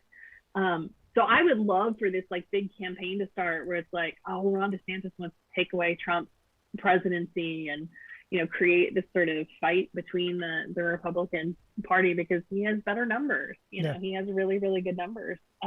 Although his approval numbers are tanking, but Let's talk COVID real quick. Florida, evidently Florida, massive spikes. In fact, one of the hospitals in Miami, a nurse was quoted as saying she's never put as many 30-somethings in body bags as she has here recently, because it's not just grandma who's dying from COVID anymore. A lot of the party people, didn't realize they weren't going to make it. Yeah, we've had, 90% of people over 65 are vaccinated, and the rest of them already died of COVID to begin with. Yep. That's a really terrible joke. So the people who are left who haven't been vaccinated and who, can't fight off the Delta variant are people in my age group, people who have young children at home or new wives or new houses. And basically they're destroying the lives of everybody around them. And I think, I've been kind of saying to folks that if you get COVID, the best thing that could happen to you is that you die. The rest of your life is basically you being maimed with breathing problems, and they talked about brain fog from COVID and all kinds of serious issues that people are having. So, you better be, it could be that you live and things are even worse for the rest of your life. Yeah, but I hear people all the time, I had COVID and it wasn't a big deal. Joe Rogan came out and said he had COVID. They threw the kitchen sink at it. He took the horse dewormer stuff. He took the chloroquine stuff. He took the monoclonal antibodies. He threw everything. You name it, they threw it at him. All of that. Have you seen the map of Florida? There's a map that Ron DeSantis shared of all of the places where you can get monoclonal antibodies because it's in such desperate need. The best thing about Rogan, I don't know how he's feeling now, or if this is like a thing that happened several months ago, or what his deal is. But I guess the good part of it is that we know if he was taking that Evermycin, that he was crapping his pants for several days. So that sounds like fun. I think it's fun to make fun of that. You know, if you're going to take that drug, at least you're going to have explosive issues in your pantaloons, and we'll just laugh at you. Yeah, but you see, you never hear that part of it. You know, if all the people go, no, I'm going to take this, you know, this horse dewormer, without actually thinking, because I had to go look up what it actually does. And as you pointed out, it you know, it's supposedly, you know, it cleans you out. Everything. Well, that's what having worms is about. It's an intestinal issue. So what it does is it basically kills everything that could be living in your gut, including good bacteria. The lining of your intestines, like everything, it is just taking it all out. And then it just causes everything to very quickly explode out the other end. So it kills it all. And so, you know, you'll be very, very lucky if that's the only thing that happens to you. Yeah, I mean, there's one story about a lady who was like, who posted in the Facebook message group about Evermycin. Hey guys, I just started taking this today, and I crapped my pants in the grocery store. Is that normal? Karma. That's what I just call karma. And the thing is you know, you hear that and you go, why didn't you just take the vaccine? Do you know what's in the horse dewormer thing? Do you know what's in all the other stuff? I mean, it seems pretty simple to me. All of these people who are like, oh, it just hasn't been tested enough, and I don't trust this, you know, this vaccine. Yeah, but something you could buy off the shelf at Walmart. Dewormer. You're taking something you got at the Tractor Supply over something that actually has been approved by the FDA. Come on. You know, it worked well for, you know, for Get Along. It's got to work along for him. Lugnut said it'd be okay. Yeah, Donald Trump took it, and he seems fine. See, but here's the thing, and this is the weird thing, because I look at someone like Joe Rogan. He's got enough money to get a good doctor to give him, you know, the right dosage to monitor him so he doesn't, you know, maybe have the explosive stuff and end up taking everything out. It's not like he walked into Tractor Supply and grabbed a handful of you know, horse dewormer things and then washed them down with a sports drink. You know, he had the best medical care money could buy, making sure that he didn't, you know, completely ruin his intestines. So when they say I threw the whole kitchen sink at it, that was under the supervision of, I would hope he's not dumb enough to go, oh, I'm going to do it on my own, under the best supervision of medical care you could get. My problem is all the poor nitwits who are going to listen to him go, see, he took it, so I'm going to take everything. We're going to get the Clorox, we're going to get the light, we're going to get all that stuff. And we don't even know if what he's saying is true, right? Like, that's the big thing. If he could just basically have taken the antibodies and, you know, the supplemental oxygen and everything else that he could possibly pump into himself from an actual hospital, and then told everybody, oh yeah, I'm taking the Evermycin and the hydroxychloroquine, and, you know, it may have been that if he was in the hospital, nobody gave that to him. Yeah, but here's the thing, and this is the part that confuses the hell out of me. Joe Rogan's a tough guy. You know, MMA, you know, all of this stuff. Why say you took anything? You're a young guy, you're healthy. I got it, and I kicked its behind. I didn't even take water. I mean, that would, see, if I'm him, that's where I'm going with it. I'm not going, oh, I got it, and I took the kitchen sink. I don't know, man. I'm struggling with this one. Maybe he's not smart enough to come up with that. Yeah, or maybe he's got, you know, stock and Evermycin and hydroxychloroquine. Who knows? No, maybe that's what's paying the $100 million salary. Excellent point. But hey, you know, lots of fun ahead. I can't wait for the coming week. It's been a long week already. Sarah, I appreciate the time. As always, great stuff. Keep up the fabulous work there at RawStory, rawstory.com, the website. Thanks so much. Thank you. Have a good weekend. You as well. Our good friend Sarah Burris. Again, make sure you check out her work there at rawstory.com. Quick break, right back. Stick around. You listen to The Rick Smith Show. We're working people. Come to talk.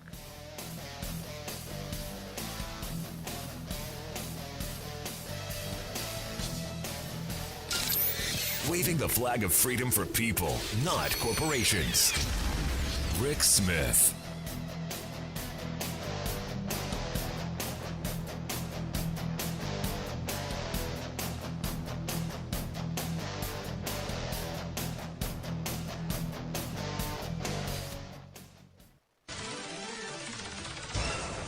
Workers in the late 1930s began exerting their recently guaranteed right to organize and join unions. Millions of workers flocked to join the labor organization of their choosing to collectively bargain for better wages, hours, and working conditions. Factory, mill, and mine owners, not eager to embrace the changes, fought vehemently to deny workers their rights. As company tactics grew more heavy-handed and brutal, the workers' organizing methods changed. Sit-down strikes became a way for workers to demand their rights and to force management to listen. With a wave of a handkerchief, the tip of a hat, workers would shut down their machines, lay down their hammer, and sit down. Workers at the Hershey Chocolate Factory in Hershey, Pennsylvania, seeking to reduce the 60-hour-long work week, decided to form a union. Initially, an agreement was reached, but as the economy took a downturn, the company willfully violated the agreement by laying off the most senior workers, those who just happened to be the most ardent union supporters. The workers voted to strike the very next day. At 11 a.m. on April 2nd, 1937, a red handkerchief was waved and the workers began the first sit-down strike in Pennsylvania's history. The company reacted by forming the Loyal Workers Club. These strikebreakers consisted of hired thugs from New York City and local farmers, dairy producers, and shopkeepers who were dependent on the factory. On April 6, Hershey organized a loyalty parade. After hours of rallying speeches, the lathered-up Loyal Workers Club mob found pipes and clubs that had been manufactured at the Hershey planing mill. The angry mob headed to the Hershey factory to throw their strikers out. Songs of solidarity sung by the striking workers could be heard from inside the factory as the angry mob burst into the plant. Blocking the only exit, the Loyal Workers Club, loyal only to management and greed, began pummeling the workers as they tried to escape. The assault left numerous workers bloody and beaten, many unconscious. Within days, Hershey reopened and recognized a renamed version of the Loyal Workers Club. In May of 1938, the National Labor Relations Board ruled Hershey had violated the law and the company union was dissolved. Soon the workers joined the Bakery and Confectionery Workers Local 464, who have faithfully represented the workers ever since. This Rick Smith Show Labor History Moment was made possible by a grant from the Labor Education Center at IUP. For more information, visit www.thericksmithshow.com.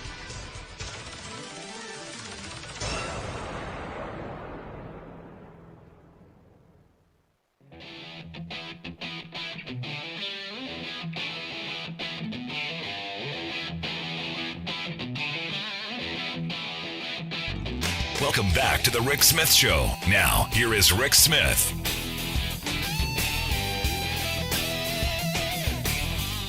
So evidently the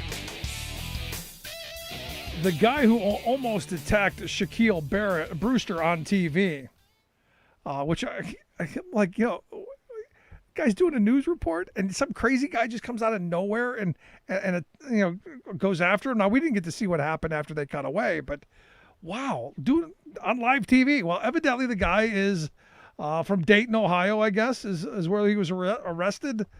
54-year-old guy, Benjamin Eugene Dagley is his name. Evidently got kind of a record.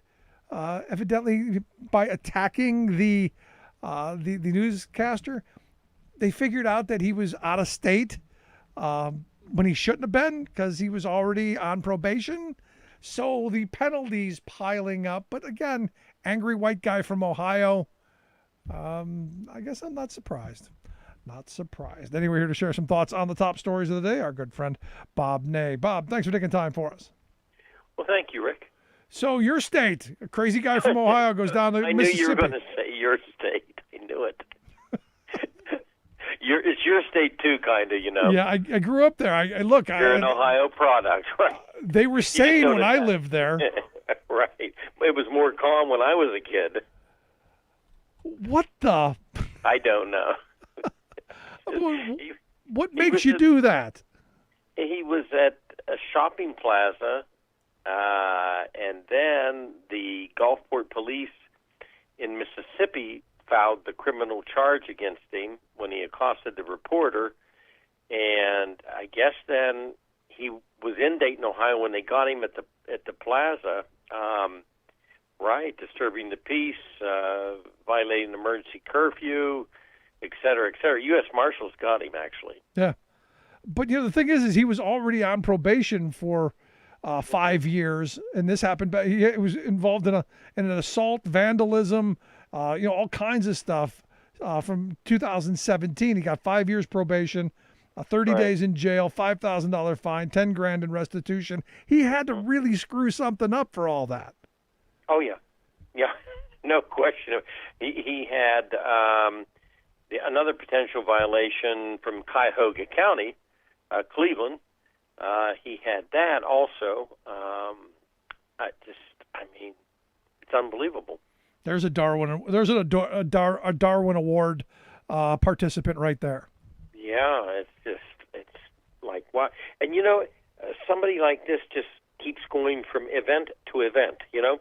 From crime to crime, and I guess somebody's lucky that they're not married to him or something. Yeah, it's crazy. I mean, it's crazy the things that these people do. It's just weird that you would go and do some of this stuff. Right. Just weird. I mean, I wonder if it's a issue with his mind, or is it did he do drugs, or is he? I mean, when they do something like this, you're like, okay, this is coming from somewhere, Crazy stuff. Crazy stuff. Speaking of crazy stuff, evidently Joe Manchin says that he wants to put a pause on the $3.5 trillion budget bill. When I read this story, and when they said that he wants to pause it, I was around for 24 years in office, and I've really never had anyone come to me at any point in time when I chaired committees and said, let's pause that. They will offer ideas, amendments, or say we're not going to support you, but to say, well, we're going to pause it. It kind of really baffled me. That's kind of a new way to term take a break, take a vacation from it, or what do they want to do? Yeah, I mean, that's one of those things where if your wife tells you we need to pause things, it doesn't end well. That's right. Or we'll just separate for a while. Yeah. I got a weekend trip planned. It never ends well. Right. And then, there was the op-ed that was published in the Wall Street Journal about the path forward for the Democratic leadership and progressives, and just building everything up to a crescendo. Then he said that he wanted to pause it, and then he said that there would be a suggestion from him. He'd be open to passing a pared back version of it. So this is what I don't get, Rick. If he wants a pared back version, that means very simply he doesn't want 3.5 trillion. Maybe he wants 3. Maybe he wants 2.5. Maybe he wants 2.2. I don't know. So wouldn't you think that he would simply say, look, to the leadership, this is something, I'm looking at. I would like this figure and what we could fit in there, instead of saying pause. Yeah. And I'm not trying to, build this up that, the word pause, but the way he's doing this is not going to be, this is a big deal, the way he's doing it. It's not conducive at this point in time to have any leverage in bargaining position for Senator Schumer, the leader. Yep. No, he's tying their hands. He's saying pause. He's not saying, a certain figure. And as we talked about from the very beginning, this is my fear, that if you don't get the human infrastructure stuff, you don't get the additional stuff that's coming in this bigger plan, I don't see you getting the bipartisan deal either, probably, because I don't know that you're going to get the Republicans in the House to save you. No. I don't know. Do we get nothing? No, there will be no Republican votes for this infrastructure bill at 3.5 trillion, at 3 trillion. I doubt it. At 2 trillion, I doubt it. Here's the other problem: the way the mechanical structure of this bill. Because a lot of people say, "Oh, it passed." No, the numbers passed. Let's call them the numbers. It was the budget for the 3.5 trillion.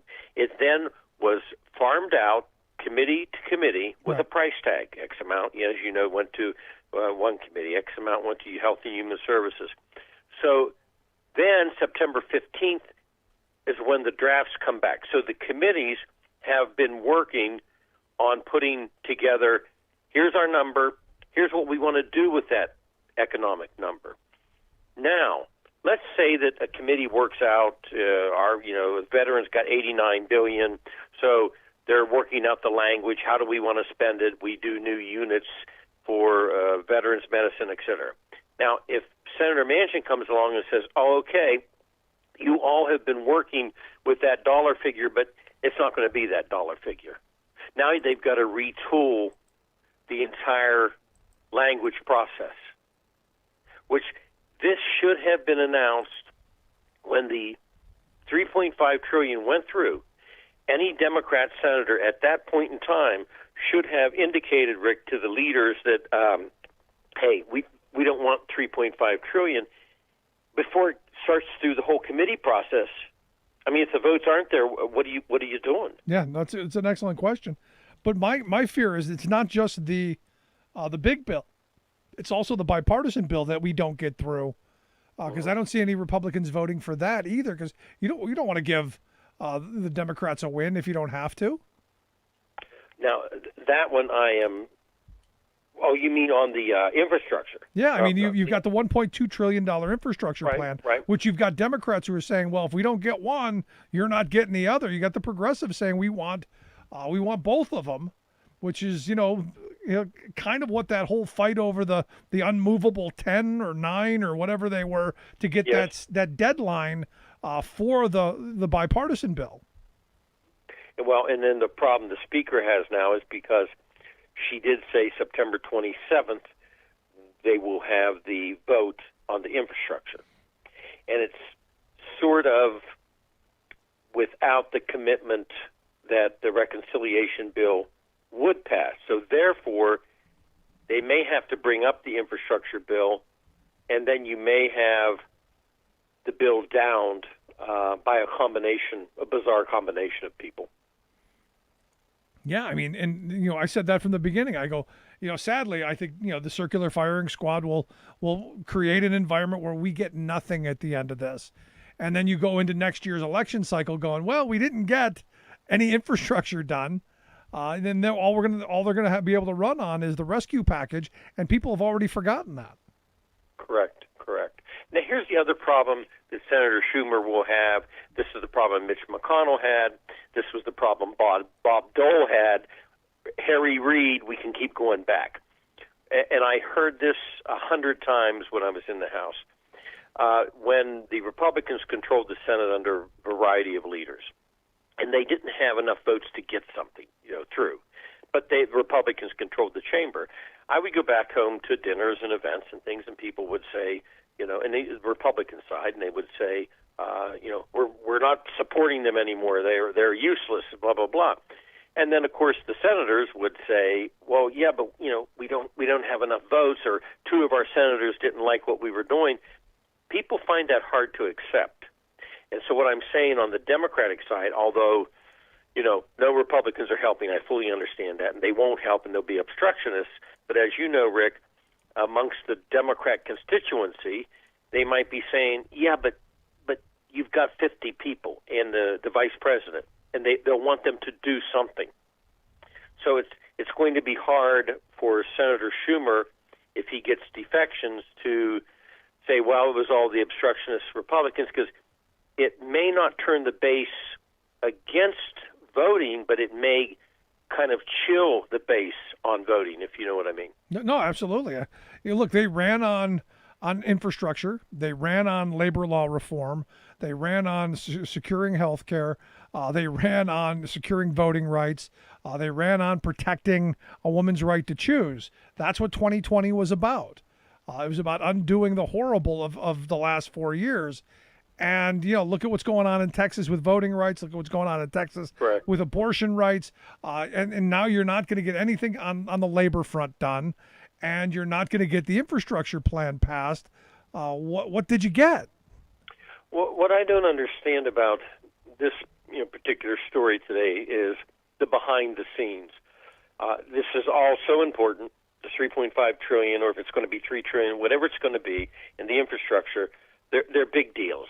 And what I just sort of don't get is, how did it get to this point where it then becomes a public issue where Senator Manchin says, oh, I want to pause?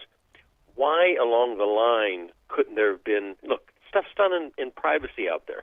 You sit and have a lunch and you talk, what do you really want?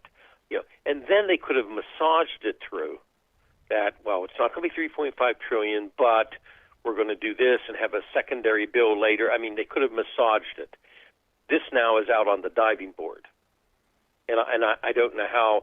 They have very limited time to get this back on track. Yeah, I mean, almost no time at all. And the Republican message machine is ramping up, what you already see coming around of, look how bad they did in Afghanistan. They lost us the war. You can already see it. Well, and it's true now. The Republicans need to be extremely cautious as they're talking about sanction the Taliban today. Look, I'm not saying anybody should support the Taliban, but we have Americans still there, and now is not the time to pass a sanction tomorrow, okay? It's just not the time. Give it a couple of weeks. Let's, let the system try to do what it needs to do. But putting that aside, you're right. There's still a whole message machine. And then in the end of the day, although the Republicans didn't support anything, well, they did the infrastructure, but they didn't support anything else, they will call it the do-nothing Senate. Yep. No, and you can already see it. It's hypocritical, but they'll do it. And they're screaming about the debt. I saw Kevin McCarthy today said that the debt is one of the two biggest threats to the U.S. Never mind the fact that he pushed the Republican tax scheme in 2017 that added almost $2 trillion to the debt. Never mind that Trump oversaw almost $8 trillion increase to our debt. But it's the number one right now. It's number one. Well, them bringing this one, I mean, I would love to be in a Republican primary against a congressman, and they bring up we've got to balance the nation's budget. Gingrich, that was the mantra, 1994. I mean, it was the mantra, and he pushed, the balancing, and Bill Clinton signed 5 budgets that were balanced, et cetera. But for the last 15 years, every Republican they have not voted on budgets. They have voted on, a continuation bill. So for them to say, this is a real problem, well, they have also been part. If you're going to talk about balancing the budget, they have also been part of the problem because they haven't passed budgets in 14 to 15 years. No, it's crazy. It's crazy. And speaking of McCarthy, I wanted to get your thoughts on the statement he put out the other day, saying that if companies comply with the Democrats' order to turn over phone records, that eventually they're going to take power back and they're going to remember. Or how did he put it? A Republican majority will not forget and will stand with Americans to hold them fully accountable. That sounds like a threat to me, Bob. Well, it was. He threatened technology firms that comply with a riot inquiry. That's what he did. I mean, we've got to really frame this the correct way. Technology firms that comply with an inquiry on a riot, he threatens them. That would be like telling somebody you've been subpoenaed by the United States Congress, and if you answer that subpoena, I'm going to do something to you. It's the same deal.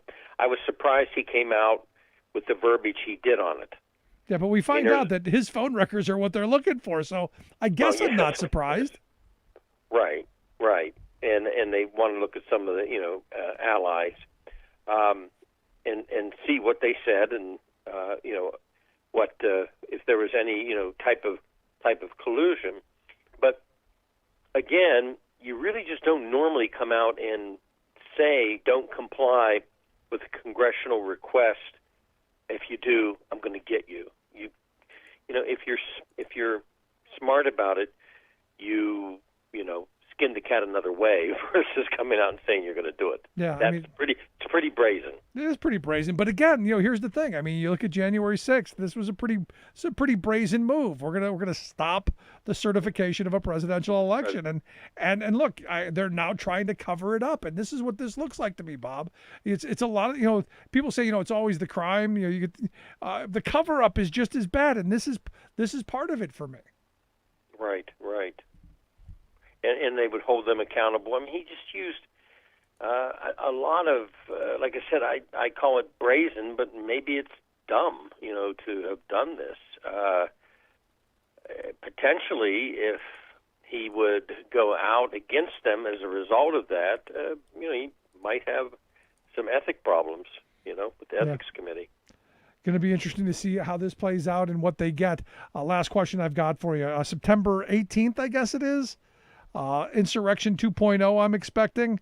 Do you think the Capitol Police will be more prepared this time if there is a rally that goes off with the Proud Boys and 3%ers and the other terrorist groups? Yes, the answer to that one's going to be yes. Extremists are going to attend the rally.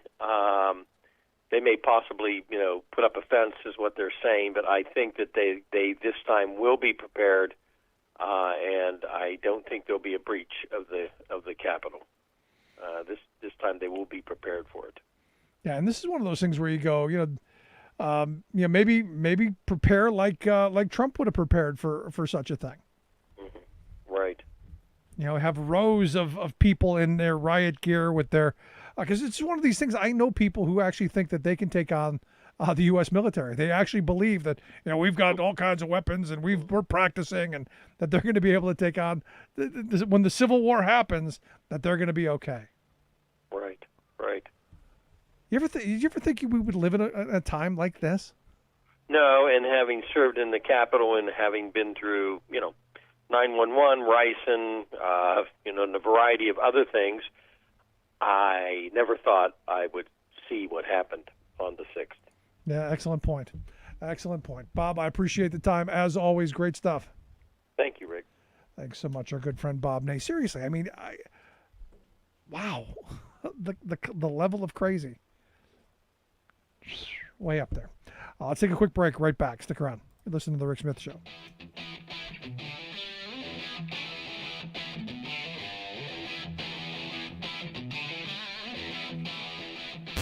Saving work in America, one show at a time. The Rick Smith Show.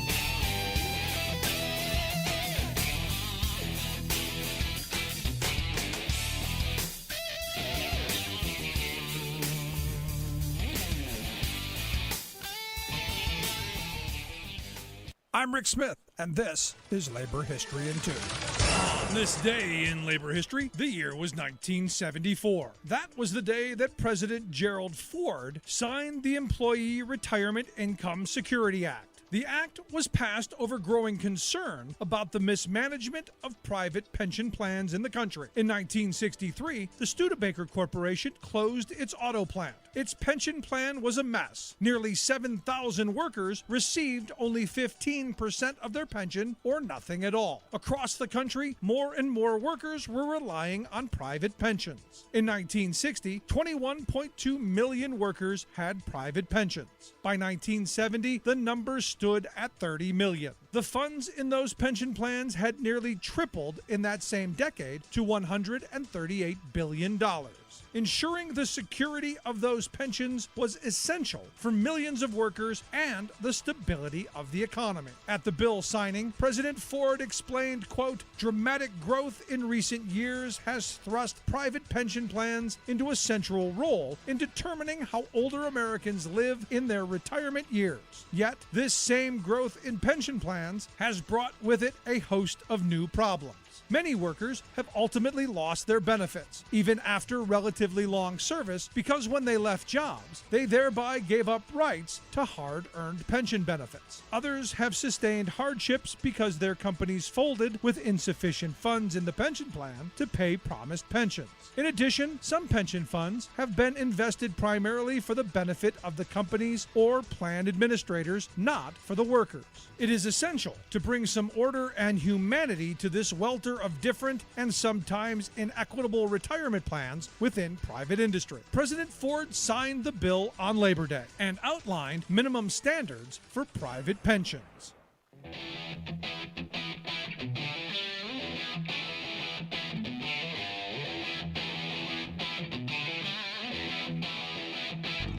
Welcome back to the Rick Smith Show. Now, here is Rick Smith.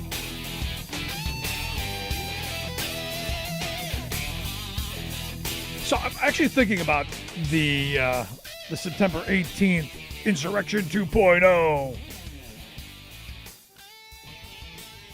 Because some of the chatter that I'm hearing, the plans are, we want to show a force, we want to show that, we're going to come back. And there's some people who are going, no, we have to keep it really peaceful because you're going to get crushed if you do something stupid. And that's probably the right instinct. It's probably a smart thing. Because, I think about the folks that I've known over the years who, they've fetishized this idea of a civil war. Now that they're going to be able to, they all think they're Rambo. First time you get a gun, you think, yeah, I'm going to be Rambo. I can do all this stuff. And it's like those people, what was the poll? Like 40% of the people thought that they could compete with Olympic athletes. And you go, no, you can't. Not even close. But the polling's there. It's the same thing. It's the same people who think, I could last around with, in my day, I could last around with Mike Tyson. No, you can't. Never going to happen. But we build ourselves up. We like to think that we're superior because we keep telling ourselves this. And then we mock kids for getting a participation trophy. That's how it was. It wasn't that way when I was a kid. Everybody I talked to was an all-star. They were the best on their team. They were terrific. They were everybody. It's amazing how nobody ever stunk at any sports. And it's the same thing here. I mean, you're not going to compete with professional soldiers. I know you have your weekend things. I know I see the little formations. I hear people going and practicing. Never going to happen. So can we knock down the Civil War talk just a little bit? Can we just tap that down a bit? Because nobody wants a civil war. Nobody needs that. There's a small minority, generally the people who their lives didn't turn out as they had hoped. They didn't get everything they wanted. And they're angry about it. And they're angry at all the wrong places. You want to be angry at someone, corporate America. You want to be angry at someone, the CEO class of this country who's done their damn best to make sure that wages go down, benefits go away, and standard of living stagnates. They've done a great job. You got to give them credit. Now the question is what do we do about it? Not get angry at each other and rip each other to shreds. That's what they want. Crazy times. Let me wrap up with, I think, my favorite story of the day. This is one of those. My kids love McFlurries. Absolutely love them. And every time we go, they go, Dad, let's go get a McFlurry. And I'm a sucker. I go, okay, fine. And then, the McDonald's people bail me out because the damn machine is always broken. We haven't gone since the pandemic kind of opened up, probably end of last year-ish. We haven't gone to one once where the ice cream machine is working. And now evidently there is the potential of a Federal Trade Commission investigation into why the McFlurry machine doesn't work. And there's a website, McBroken.com, which goes through and shows all of the locations, and you can help out an online map of McDonald's locations in the country that are unable to serve the soft serve ice cream that there's on the menu. They say it's there, but they're McBroken. And they're saying, look, they're saying 11% of chains are experiencing technical difficulty. It says about 20 stores in Massachusetts. I'm going, no, it's got to be way higher than that, because there's like 100% of it around where I live. But yeah, what they're saying is that in order to fix these damn machines, the people who made them, it's all proprietary. So you have to use their technicians. You can't do it yourself. And it's like, trying to get an appointment, two, affording them. It's really created this weird, and it's weird that I don't blame McDonald's for their machine now being broken. It's now another company who's screwing people over, and they're screwing another company, and isn't that the best? So ultimately, we the consumers don't get a McFlurry because the proprietary information that the company A has is screwing over company B, and well, that means kids, no McFlurry. Crazy stuff. But this is what corporate America gets away with, man. They get away with it because, well, they wrote it in the fine print. Same thing like John Deere had done. You can't even fix your own John Deere. Farmers are losing their mind over because, hey, you got to use an authorized dealer. We definitely need major law reform in this country. Anyway, if you missed any of today's program, thericksmithshow.com. That's where you go to get the podcast. The Rick Smith Show app on the smartphone. Take the program on the go wherever you go. And as always, you can email me, rick@thericksmithshow.com. Make sure to tune in tomorrow for our big panel. Good stuff. Thanks for being here. We'll see you back here next time. You've been listening to The Rick Smith Show. Email Rick